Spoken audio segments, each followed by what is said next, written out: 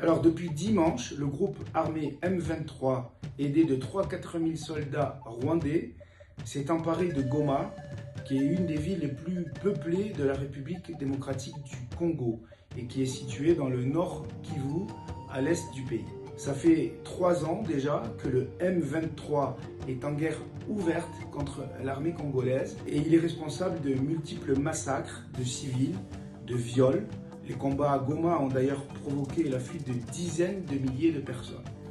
Ce groupe cherche en fait à mettre la main sur les riches minerais du Congo. En mai 2024, il a pris le contrôle de Rubaya, qui est une des plus grandes zones minières de coltan du monde. Le coltan, c'est un minerai qui sert à fabriquer les téléphones et les ordinateurs portables. Le Rwanda nie toute implication, mais les rapports de l'ONU démontrent le contraire. D'ailleurs, comme par hasard, les exportations de minerais du Rwanda ont explosé depuis que le M23 agit dans la région. L'année dernière, il a atteint 1,1 milliard de dollars, soit une augmentation de 43% par rapport à l'année précédente.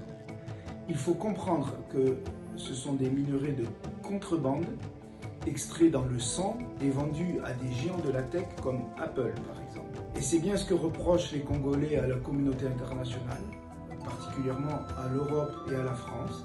Des manifestants d'ailleurs ont attaqué les ambassades de Belgique et de France à Kinshasa. Et pourquoi? Parce que d'un côté, l'Union européenne condamne par des communiqués ce qui se passe en République du Congo, mais de l'autre, elle passe des accords d'association avec le Rwanda pour importer ces minerais. Plus que de l'inaction, c'est une forme de complicité. Le droit international ne peut pas se monnayer. Il faut comprendre que d'urgence, on doit suspendre l'accord d'association avec le Rwanda et établir un embargo sur les minerais qui viendraient de ce pays.